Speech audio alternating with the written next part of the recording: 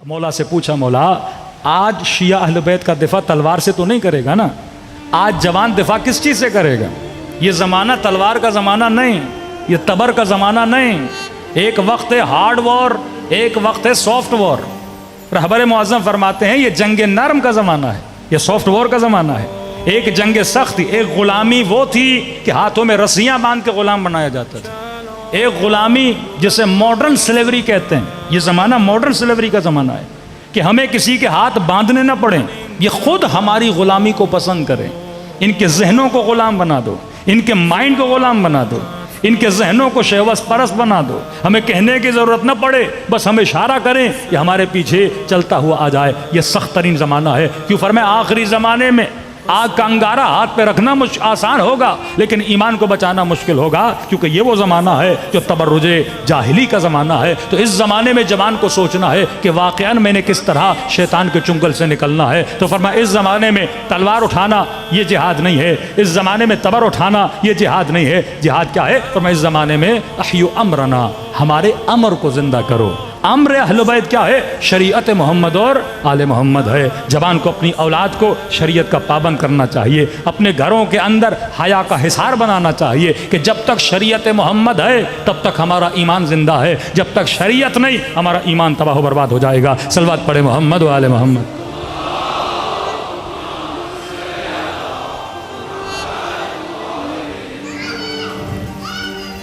या अली, जिस चीज़ के ज़रिए आज जवान के ईमान को लूटा जा रहा है, इस वक्त सबसे बड़ा इम्पैक्ट जो सॉफ्ट वॉर के अंदर यूज़ होता है, जो हथियार यूज़ होता है, ये सोशल मीडिया है।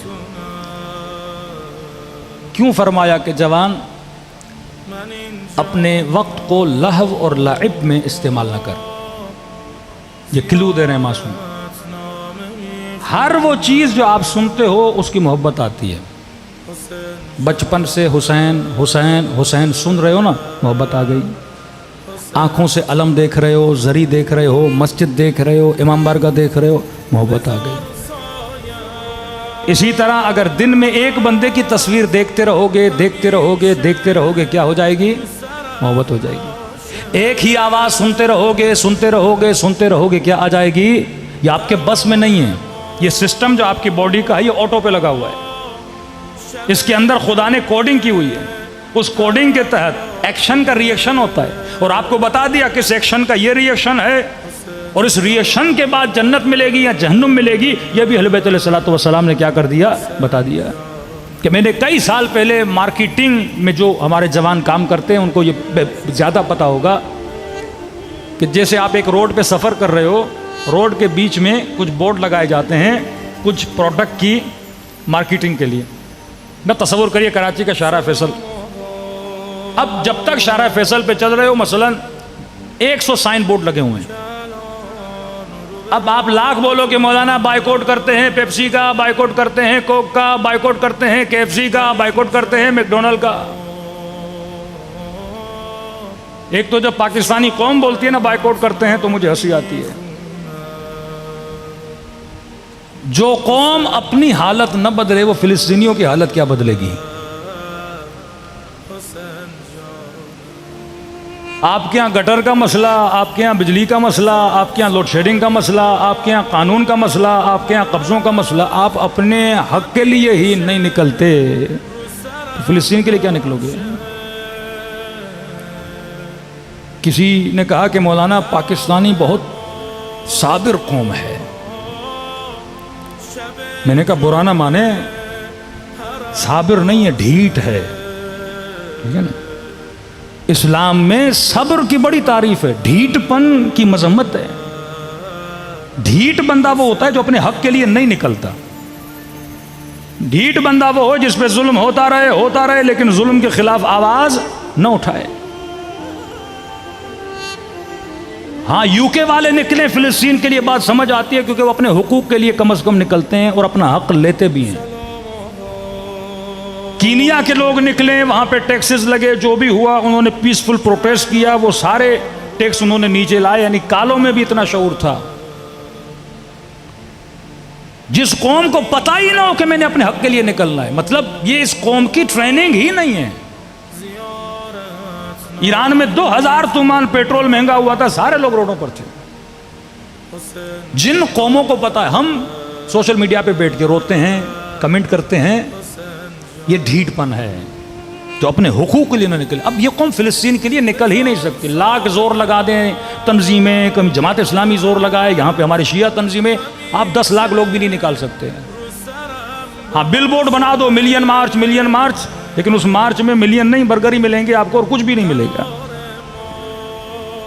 22 करोड़ के मुल्क की आबादी में 10 लोग फिलिस्तीन की हिमायत में नहीं निकल पाए। ये मुर्दा कौम की निशानी है। और वो अंग्रेज जो न ईसा को मानते हैं, न अल्लाह को मानते हैं, वो फिलिस्तीन के हुकूक के लिए निकले, क्योंकि उनको ट्रेंड किया गया है कि अपने हक के लिए आवाज उठाओ, जुल्म के खिलाफ आवाज उठाओ। ये कॉन्सेप्ट ऑफ जुलूस क्या है कि आप आशुरा के दिन जुलूस, अगर उस जुलूस की रूह को न समझ पाओ तो फिर जुलूस का फायदा नहीं है। कॉन्सेप्ट ऑफ जुलूस यह है कि जुल्म हुआ था करबला में, हम उस जुल्म के खिलाफ आवाज बुलंद कर लेके निकले हैं, लेकिन आपके ऊपर जुल्म हो, आप आवाज उठाने के लिए ना उठो। यह शहीद आवीनी का जुमला है। फरमाया जो इमाम दुनिया में न रहा, शहीद हो चुका, उसके लिए तो निकल रहे हो, लेकिन जो इमाम हाजिर है, उसके लिए भी इतनी सलाहियत है कि निकलो। या सिर्फ इन चीजों को ट्रेडिशन बना दिया। ये ट्रेडिशन नहीं है, ये ट्रेनिंग है, ये मोटिवेशन है। खुमैनी साहब ने अगर ईरान में इनकलाब लाया, तभी कहा कि मुहर्रम और सफर है तो इस्लाम है। अज़ा की वजह से इन लोगों को ट्रेनिंग मिली है, बाहर निकले, प्रोटेस्ट करें।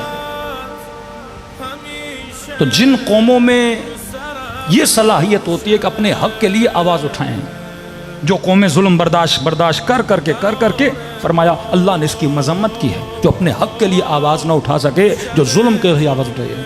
मैं पूरे पाकिस्तान को कैलकुलेट कर रहा था, एक शहर मुझे नहीं मिला, कम से कम 1 लाख का मजमा निकला हो फिलिस्तीनियों की हिमायत में। एक महीने में 33,000 मुसलमानों को मारा जाए, 33,000।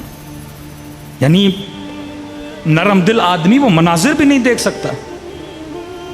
एक तरफ बम गिर रहे हैं, ऊपर से बारिश हो रही है और सर्दी, उनके पास खाना नहीं। यानी एक मुसलमान, यूएन के जहाज आते हैं और आसमानों से उनके ऊपर रोटी और खाना फेंकते हैं, और ये मुसलमानों के बच्चे को रोटी के पीछे दौड़ रहे होते हैं।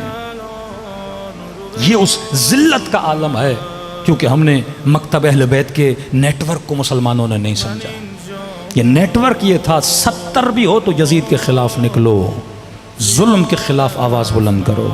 सैयदा ज़ैनब ने यह नहीं सोचा मैं औरत हूं, सामने जालिम बैठा है तो मैं चुप हो जाऊं कि औरत कमजोर होती है और जालिम के खिलाफ कैसे बोली। का नहीं, हिम्मते ज़हरा, हिम्मते जनाब सैयदा ज़ैनब देखो, जब हक मांगने जाती हैं तो बिला खौफ बिला झिझक जालिम के मुकाबले में खड़ी होती हैं और अपने हक के लिए आवाज़ को बुलंद करती हैं। सलवात पढ़े मोहम्मद व आले मोहम्मद पर।